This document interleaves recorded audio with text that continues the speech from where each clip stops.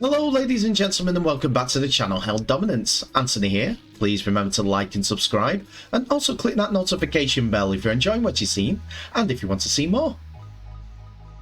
Coming up in this episode, IMG sends out a survey for the rugby league community. Brad Dwyer is on the move to another Super League club. And it's another loan move for this Warrington ace, but it's a surprising one. So we'll begin today by looking at the IMG survey that came through for the fans' perspective of looking at how better rugby league. One comment on Twitter did focus solely on one of the aspects. They basically said it's if you're in Super League or one of the top championship clubs, you're alright. But if you're not, they're not even bothered about you. Which you can see by the survey it was kind of Super League centric. But anyway, I digress. This is what the survey looked like. Well, the email, shall we say, that came through to me to get it before I saw it online. What it says is IMG are carrying out an extensive review of rugby league in the UK and France, and they want to hear from as many of you as possible. What do they want to hear about? The survey covers areas including participation events, broadcasting and competition structure, to name a handful. It is your choice to have your say on the future of the sport. And it's a 15-minute survey if it's done correctly. So there were a few questions on the survey, for instance, but one of the questions was a city-based tournament like Cricket's 100. What Cricket's 100 is a city-based, and they get a draft or a bidding section for players to come play for their team for X amount of years away from their county team, which is currently in process at the moment. How would that work in rugby league? It wouldn't count to points. It will be a different competition. Can't be shorter games. They also went on afterwards to talk about what size tournament would you like, a sevens or a nines incorporated into the season. Not saying none, or sevens or nines. Rugby union is sevens, rugby league is nines. We've got to have nines. I put that. That's my answers on there. But there was one that got me. The rugby league structure that was in mind on, I think from rugby league's point of view, and IMG wanted to get some answers on it, seeing if anyone was applicable on that. What would you feel for a 10-team Super League and a 10-team Championship? I said no to that because, one, it's making the clubs have more power again, because they are going to get the most money in Super League, and the right amount of teams for a Super League season for Super League, according to the clubs, seems to be 10. It's not good enough. My opinion, and what I put in the survey, is that Super League must have 14 teams, and that's to begin with. Didn't give me the option for to begin with, but 14 teams. Growing the sport is better than becoming more decomposed. And I use that word rightly.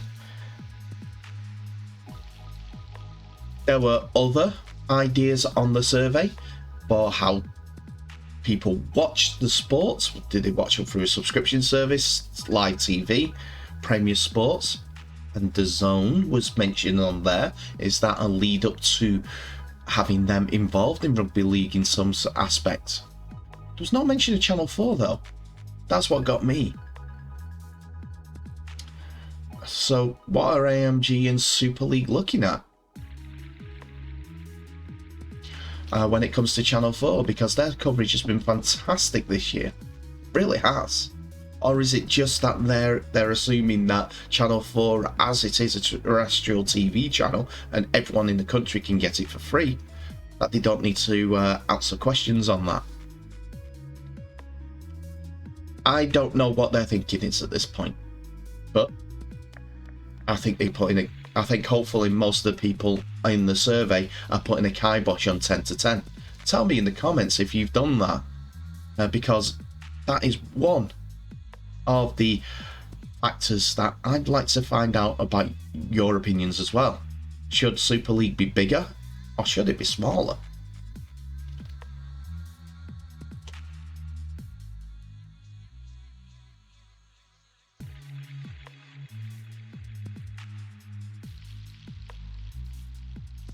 The Leeds hooker Brad Dwyer has been subject of continued speculation of where he was going to be playing in 2023, as it looked like his time with Leeds is coming to an end.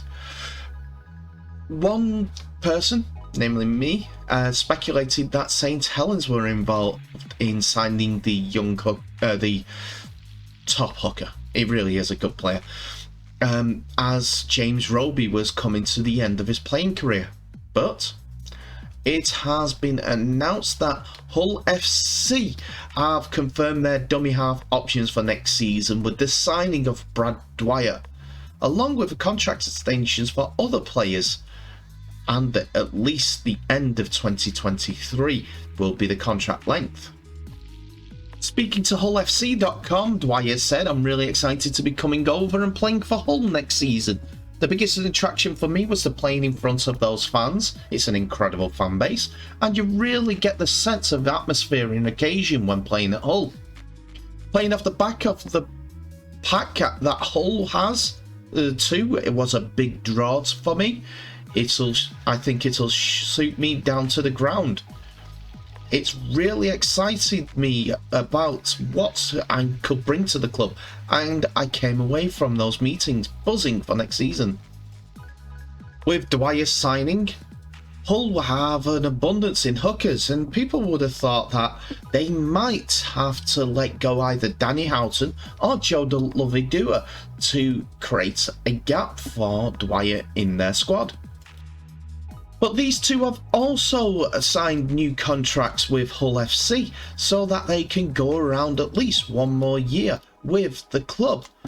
And Dwyer had some positive words for his new teammates and competition mates for his starting or even bench playing hooker spot. It's really exciting to be part of that spine. Having a couple of new faces in there like Jake Truman and Tex Hoy will allow us to put our stamp on it. I'm really looking forward to working with Danny and Joe. I think the extensions for both Houghton and Lovidua are because of Lovidua's versatility when it comes to the pack and also in the outside backs, as he's shown this year that he has been a part of the needs-must brigade when Hull have had their injuries. But speaking about Houghton, first of all, he will go around for his 17th season with the Black and Whites in 2023, having triggered the option to continue with the club for a further 12 months. The hooker has accumulated 400 appearances for the club, including being a leading appearance maker for the side this season, and he continues to perform consistently as he stands top of the Super League's tacklers chart once again. It's an honour to represent my hometown club, so to be going around for the 17th season is something I can really be proud of, Houghton said. I feel incredibly privileged to have played so many games for the club, and I'm excited to continue my journey here for another year. I'm excited to have Joey and Brad also in the hooker role next season. It will take a bit of pressure off my shoulders and it will hopefully allow me to play with more freedom. So I'm looking to move forward to that. The club took the decision to extend the contract of Joe Lovidua for his versatility for at least another 12 months. The Fijian international made a blistering start to life at the MKM Stadium, scoring 3 tries in the first 5 rounds of the season.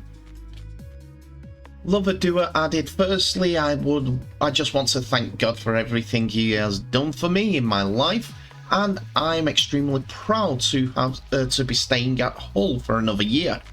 I'm so grateful to the club for giving me a chance to represent them in Super League, and I couldn't have asked for anything more from them in my first season here. The fans have supported me and the team every week, and they have been brilliant. I just want to take the opportunity to thank everyone for embracing me and taking me in their own, like their own. I want to repay my faith to that the club and the fans have shown me this year, and I'll work hard to recover from my injury to come back bigger and stronger in 2023.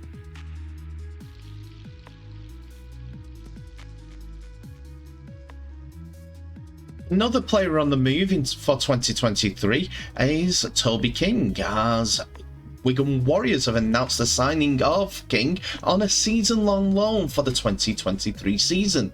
The 26-year-old will join the Chariot Whites for the start of pre-season after penning a loan deal from his parent club, Warrington Wolves. Starting at the Melton All Blacks ARLFC, King was scouted by Warrington and went on to sign for the club's academy, and he made his first team debut back in 2014. After playing in three final defeats, the 6'2" centre tasted victory for the first time in the 2019 Challenge Cup final, when he featured for the Warrington Wolves in the win over St Helens at Wembley. After a standout 2020, King was recognised with being placed in the Super League Dream Team of that year, and was also drafted into Sean Wayne's England train-on squad for the World Cup. Younger brother George, who plays for Hull KR, like him, Toby has represented Ireland once and has also played for the England Knights 3 times. After scoring 52 tries in 138 appearances for Warrington, he joined hometown club Huddersfield Giants midway through the 2022 campaign and has since gone on to make 7 appearances whilst on loan there. On signing with Wigan Warriors, King said, "I'm really excited to meet everyone at the club, at this prestigious club, to compete at the very top for some trophies." A blatant dig for anyone who moved into Warrington, I think. Speaking on King's capture, head coach Matty Peets said, "We look forward to getting the best out of him. It's an area we're looking to strengthen, and it's an opportunity for us and him. It's an opportunity that is exciting, getting back firing. He's a genuine centre, competes hard and combines size and pace with good ball skills. Players here who have played with him with the England Knights speak highly of him, and he comes here with strong references from Lee Breers, Mike Cooper and Jack Phillips." I'm going to be honest, this is a signing that was out of left field for everyone. There was a small rumour on Friday, but many people just brushed it off as something and nothing, because he was in contract with Warrington Wolves, and possibly going to Huddersfield would have seen him moving there, but it looks like the deal hadn't gone the way that either club or even the player had decided, so Wigan swooped in. That's what I think has happened. But it's also a good signing for the club, as I have said previously. Wigan have been without a pair of top centres for quite some time, and now they have Size and Kyle in Thornley and King in the centre positions, with Sam Halsall progressing at a rapid rate. He could be a part of the trio of centres that see Wigan be dominant, and they might stop using second rowers in the centres. But does that mean that one player is moving out due to wage cap restrictions? People would think that that would mean that Kai Pearce-Paul would be on the way down under, as there was lots of interest down there for him. The other side of me would say this, though. I think Kai Pearce-Paul is staying with the club for another season, and Toby King's salary will be partly covered by Warrington Wolves during this 1 year period. is contracted with them, however, so they must have some say in that. And that's it for another episode, ladies and gentlemen. Thank you so much for watching. Please remember to like, subscribe and share this video worldwide, as well as clicking that notification bell for any updates on new videos that may be coming your way. Tell me what your thoughts are of today's episode in the comment section below, as the comment section is all open to you guys. Please be respectful, but anything goes. Tell me what your thoughts are on the IMG survey with Super League. Do you agree with my opinions, or do you have a differing thought? Do you think that they should have asked more questions? I don't know. It's all up to you to decide. It's not one person's opinion. And that should be the opinion of rugby league clubs as well. Anyway, what about the signings? Hull signing Brad Dwyer. That was a bit of a left field one, considering their hooking options at this moment in time. They need a forward or two. They were going out. Anyway, Wigan signing Toby King. That's a good signing in my opinion. Needed. Anyway, thank you so much for watching. Please remember to share this video worldwide. The comment section is open. But in the meantime, I'll end the episode by saying I wish you all the best. So please stay safe. And I'll see you in the next episode.